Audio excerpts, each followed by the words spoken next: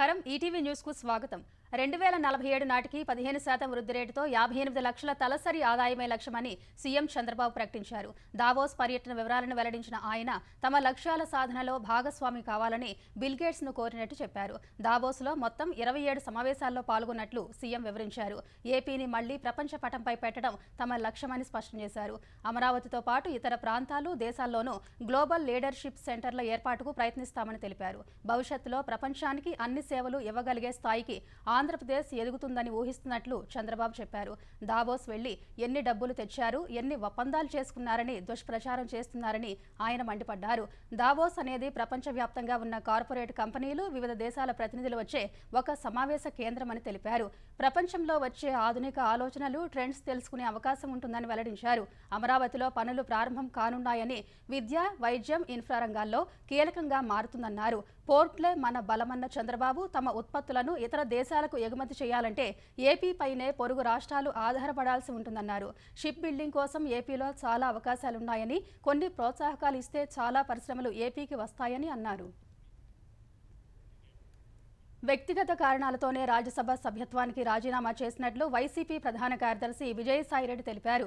Rajya Sabha chairman Jagdeep ధన్ఖడ్ను కలిసి MP సభ్యత్వానికి రాజీనామాను సమర్పించగా ఆయన ఆమోదించినట్లు వెల్లడించారు. తనలాంటి వాళ్లు 1000 మంది పార్టీని వీడినా జగన్కు ప్రజాదరణ తగ్గదని చెప్పారు. రాజీనామా అంశం సరికాదు, పునరాలోచించాలని జగన్ సూచించినట్టు విజయసాయిరెడ్డి చెప్పారు. 2011లో ఎన్నో కేసులు పెట్టి జగన్కు అప్రూవర్గా మారాలని ఎన్నో ఒత్తిడులు తీసుకువచ్చారన్న విజయసాయిరెడ్డి ఇప్పుడు అదే మాదిరిగా జరుగుతుందన్నారు.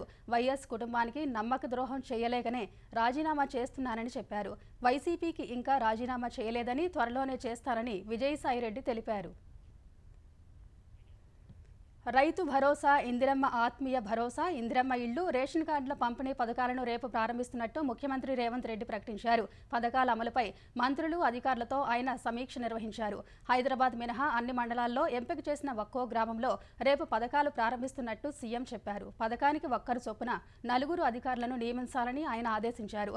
ఫిబ్రవరి మొదటి వారం నుంచి మార్చి 31లోగా 4 పథకాలు అమలు జరిగేలా చూడాలని అధికారులకు స్పష్టం చేశారు. నిజమైన లబ్ధిదారులకు ఒక్కరికి కూడా అన్యాయం జరగకూడదని తేల్చి చెప్పారు. అనర్హులకు లబ్ధి చేకూరిస్తే అధికారులపై చర్యలు తప్పవని హెచ్చరించారు. జనవరి 26న లాంఛనంగా పథకాలు ప్రారంభిస్తామని సీఎంతో సమావేశం తర్వాత ఉప ముఖ్యమంత్రి భట్టి విక్రమార్క చెప్పారు.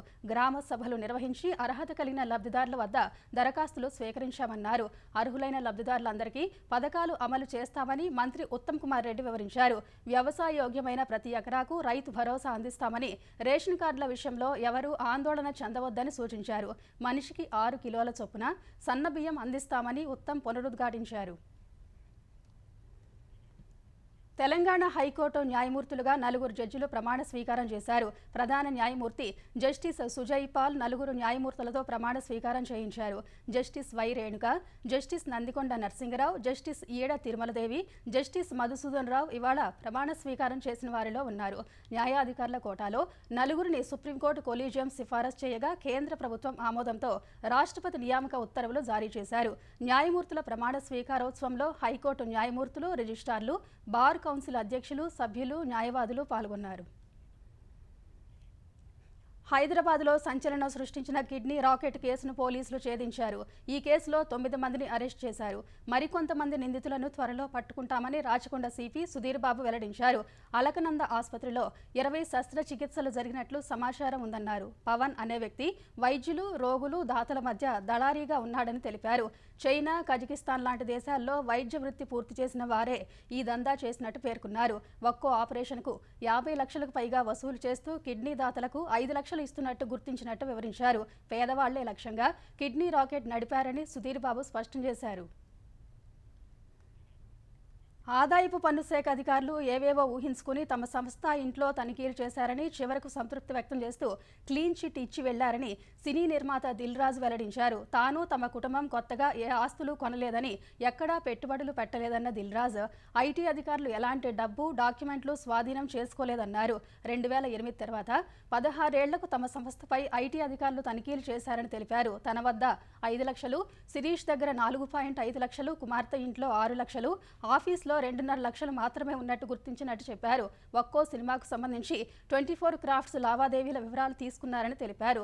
ఐటీ అధికారులు తనను లక్ష్యం చేసుకుని సోదాలు నిర్వహించలేదన్న దిల్ రాజు హౌస్ అరెస్ట్ కూడా చేయలేదని తెలిపారు.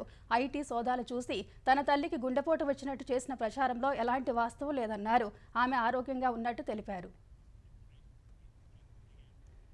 ప్రాజెక్టుల పనులు ప్రారంభించే ముందు అన్ని అంశాలను పూర్తిగా చూసుకోవాల్సిన బాధ్యత నిర్మాణ సంస్థలపై లేదా అని కాళేశ్వరం విచారణ commission chairperson justice PC Ghosh ప్రశ్నించారు. కేవలం డబ్బులు పనుల గురించి మాత్రమే చూసుకుంటే ఎలా అని నిలదీశారు.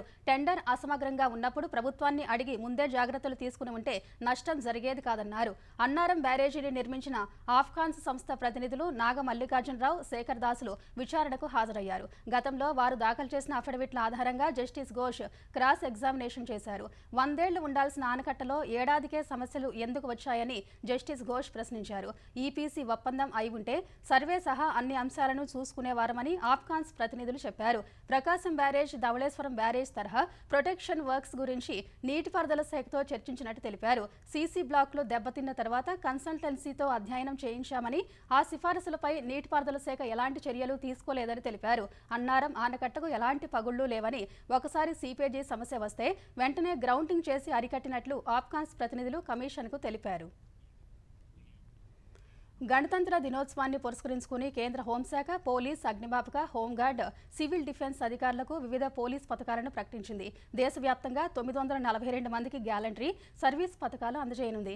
ఈ మేరకు అవార్డుల జాబితాను విడుదల చేసింది. ఇందులో 95 మందికి గ్యాలంటరీ, 101 మందికి రాష్ట్రపతి విశిష్ట సేవా పథకాలు, 746 మందికి పోలీస్ విశిష్ట సేవా పథకాలను ప్రకటించింది. మావోయిస్టులు, ఉగ్రవాదులతో పోరాడుతున్న భద్రతా బలగాలకు ఈ ఏడాది ఎక్కువ పథకాలు లభించాయి. కేంద్ర హోంశాఖ ప్రకటించిన పురస్కారాల్లో తెలంగాణ నుంచి 12 మందికి పోలీస్ విశిష్ట సేవా పథకాలు దక్కాయి. తెలంగాణ నుంచి police commissioner Vikram Singh Mann, SP మెట్టు మాణిక్రాజ్ రాష్ట్రపతి విశిష్ట సేవా పథకాలకు ఎంపికయ్యారు. ఆంధ్రప్రదేశ్ నుంచి chief head warder Kadali Arjunrao, warder Undrajavarapu Veera Venkata సత్యనారాయణకు కరెక్షనల్ సర్వీస్ విభాగంలో పోలీస్ విశిష్ట సేవా పథకాలు దక్కాయి.